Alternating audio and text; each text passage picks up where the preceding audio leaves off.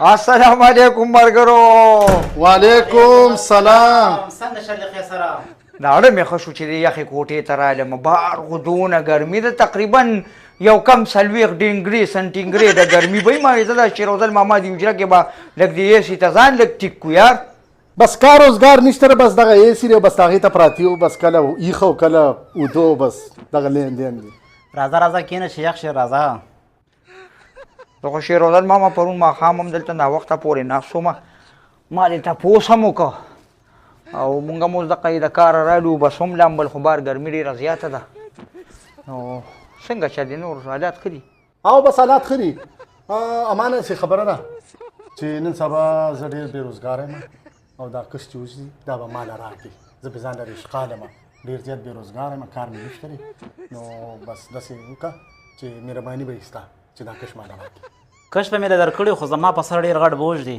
کومه دی بوج؟ دا خو مسلمانه دونه ستر کم دی بوج؟ خو دا بوج نه یادوم که نه سوترې بوجۍ خو پې نه ده پرته. ښه ما وی چې داسې خبره ده چې کویدن مې کړې ده او غوټ څه شپږ نیم کال وشو، نو دا واده به کول غواړي.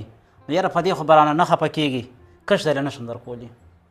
نو که زما منې یاران ورسې ستاسو خو خپلو کې خوښه ده کش مش که نه، خو زه یم چې دا کش مړه کش ما اچوې دا ښه شی نه دی.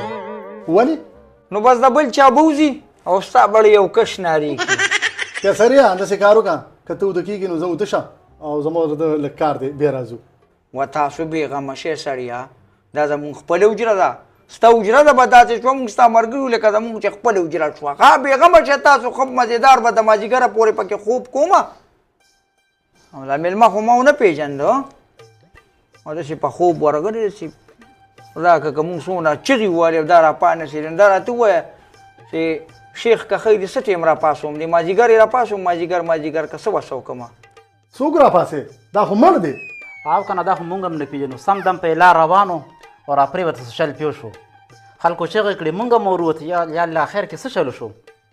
چې ډاکټر مله راوسته، ډاکټر وکته نو هغه چې ویې کته ډاکټر وایي چې دا خو مړه دی. بیا هم د اې سي دې کمرې ته رادننه که مونږ یاره ګرمي ده که نه خرابېږي.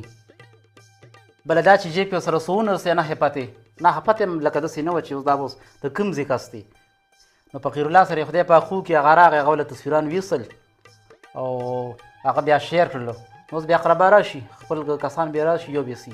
دا څه وی؟ نو ظالمانو د دوو ګنټو نه دلته ناست یم او زما شاته ظالم پروت دی. تاسو ما ته نه ویل چې دا څنګه مې دا بلا درنه شوه. ته خو یې مړه ما سره پیرېږي، بهر کوي او دا کوي او هغه کوي او اوس دا روېرېږي مړه پاسه مړه. نه نه یاره لکه داسې څه خبره نه وه مړه شیخه، خو لکه تا خو دونه څه خبر کړې وي که نه. خو زما د بادرې قصې ولې تا ته پته ده که نه؟ ما څه درې شو خبره ده. ګورې ښه ما به د شپې ټوله شپه به ما سره پیریان اوبه خوارې کولې، خو لکه نو تا به ما ته مخکې ویلي وو که نه. نو بس داسې کار وکړه، بس ته اوده شه، لږ ارام وکړه او موږ ته نه لاړو. راځه لکه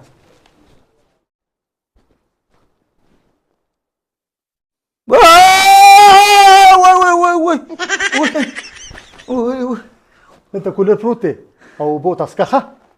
مړه څه پخوا روم سترګې ولرې خو سکو بیا که را سړیا. وای یاره دې مړ کړم ما یې که مړي را د ګوتې اوري. وای